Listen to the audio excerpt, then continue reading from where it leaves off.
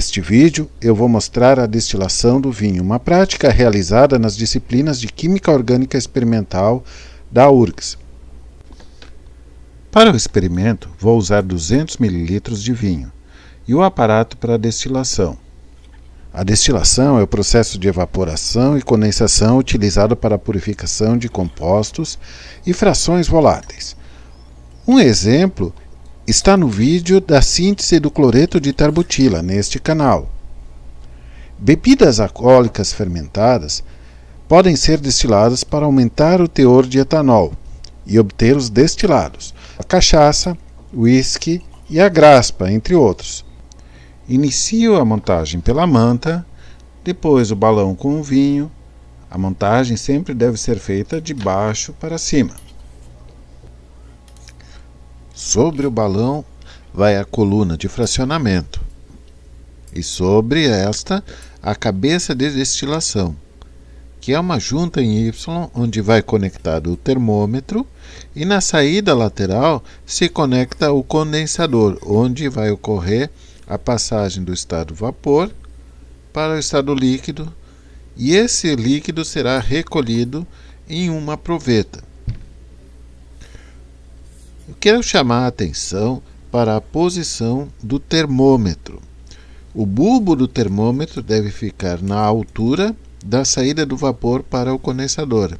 Então ele tem que ser ajustado para ficar nesta posição.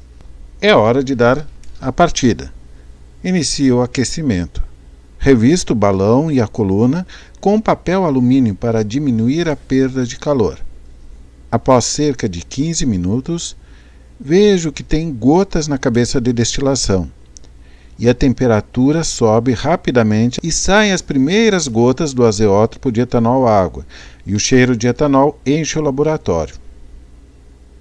A proveta vai enchendo e quando chega a 20 ml, eu troco de proveta. A destilação de uma mistura de líquidos de ponto de ebulição distinto ocorre quando a soma das pressões parciais se iguala à pressão externa. Em um sistema aberto, essa pressão externa é a pressão atmosférica. Porém, a pressão de cada um dos componentes no gás varia de acordo com a volatilidade desse composto. Os compostos mais voláteis, de menor ponto de ebulição, estão em maior proporção. E uma forma de visualizar é o diagrama de fases. Por exemplo, a partir de uma mistura com o mesmo número de mols de dois componentes voláteis, ou seja, as frações molares de cada componente, X1 e X2, é 0,5. Com diferentes pontos de ebulição, entra em ebulição. As curvas superiores e inferiores representam a proporção de cada componente. Na fase vapor, na curva de cima, e o líquido, a curva de baixo.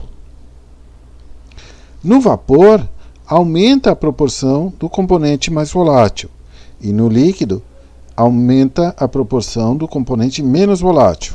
Quando o vapor se condensa, ele é mais rico no componente mais volátil. Se eu recolho este líquido, eu tenho a destilação simples. A destilação simples serve para purificar compostos líquidos com alta diferença de ponto de ebulição, em torno de 70 graus.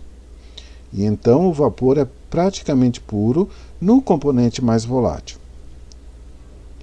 Se esta diferença de ponto de ebulição é menor do que este valor, em torno de 70 graus, é necessário destilar mais vezes para que ocorra a purificação.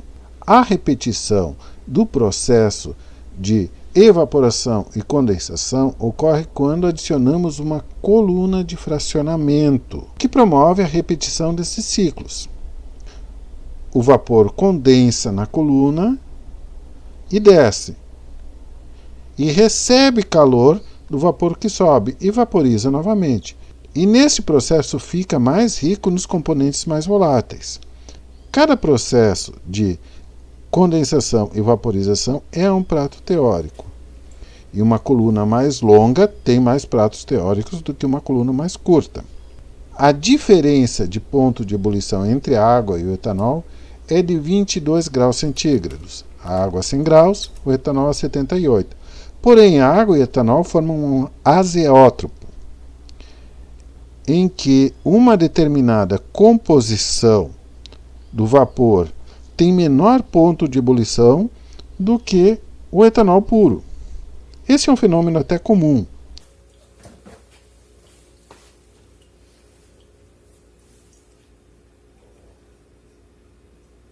Recolhi mais 3 frações de destilado e observo que a temperatura do vapor recolhido aumenta.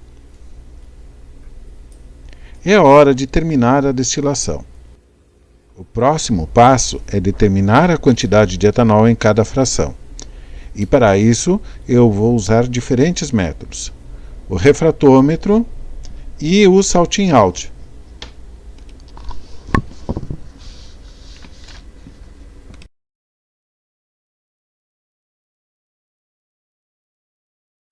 Os nossos patrocinadores me permitiram comprar este aparelho, que mede graus Brix por refração. Graus Brix é a massa de açúcar em 100 gramas de água e se utiliza para a medida de açúcar em sucos, em bebidas e para ver o teor de frutose em frutas, como por exemplo na uva, determinando o ponto exato para a colheita. Para a leitura, levanto a parte plástica, pingo algumas gotas da solução que eu quero determinar o índice de refração, abaixo a parte plástica e leio o valor. Para ler o valor, olho pela luneta contra uma fonte de luz e anoto o valor em graus Brix. Consegui posicionar a câmera e posso mostrar as leituras para vocês. A primeira leitura é com água destilada, que bateu no zero da escala, conforme deveria ser. A primeira fração é a que tem o maior desvio, correspondendo a 18,5 Brix. A segunda fração já tem graus Brix de 13,5. Na fração 3, a leitura foi de 7 Brix, e na última, 1 Brix, praticamente água pura. É possível transformar Brix em índice de refração, que não tem unidade, porque é a razão entre a velocidade da luz no ar e na solução. Nas referências que estão na descrição do vídeo, encontrei equações que relacionam graus Brix com índice de refração e porcentagem de etanol.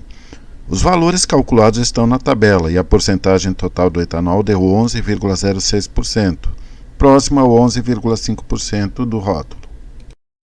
O densímetro permite medir a densidade ou massa específica de líquidos, a quantidade de massa por unidade de volume em quilogramas por decímetro cúbico ou litro ou gramas por mililitro. A densidade da água a 4 graus centígrados é de 1 grama por mililitro e do etanol é de 0,79 gramas por mililitro. E as misturas de água e etanol têm valores intermediários.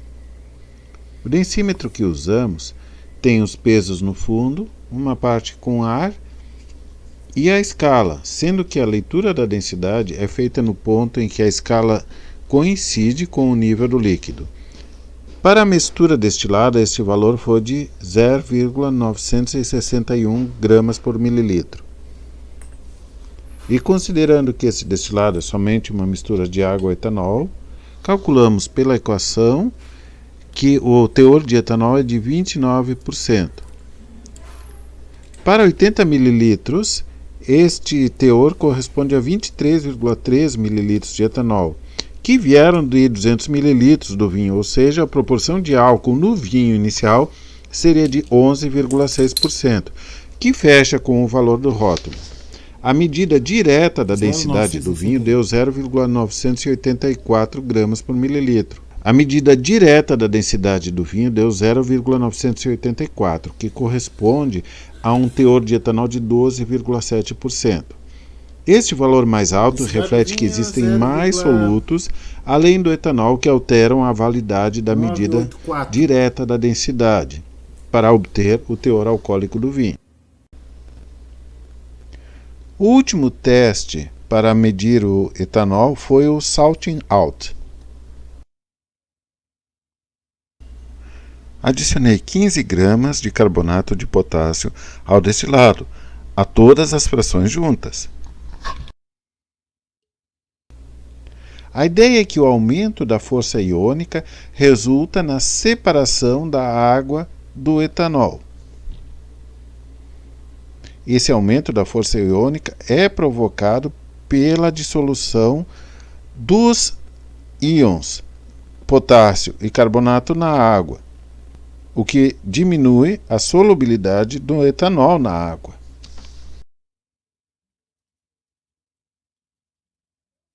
Adicionei os 15 gramas, esperei solubilizar.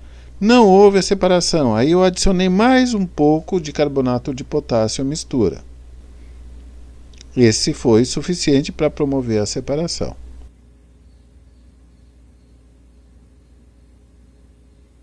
Transferi o conteúdo do Erlenmeyer para um funil de separação. Esperei as fases se definirem. Tirei a fase da água de baixo e medi o volume da fase superior, que é para ser etanol. Eu esperava que a proveta de 25 ml fosse suficiente, mas tive que pegar uma de 50 ml.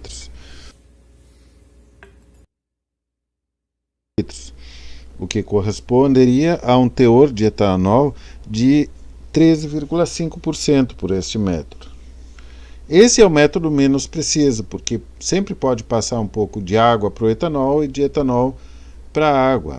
Ou seja, a separação entre as fases não ser completa, sempre tem um pouco de um líquido no outro, o que pode levar a um erro maior. Considerando os outros métodos, os valores ficaram adequados com o valor do rótulo do vinho. A nossa prática atingiu os objetivos: mostrar uma destilação fracionada, considerando a variação da composição do material com a temperatura de ebulição, observada pela variação do índice de refração. Também observei que a medida da densidade do destilado é uma forma adequada para medir a proporção de etanol no vinho.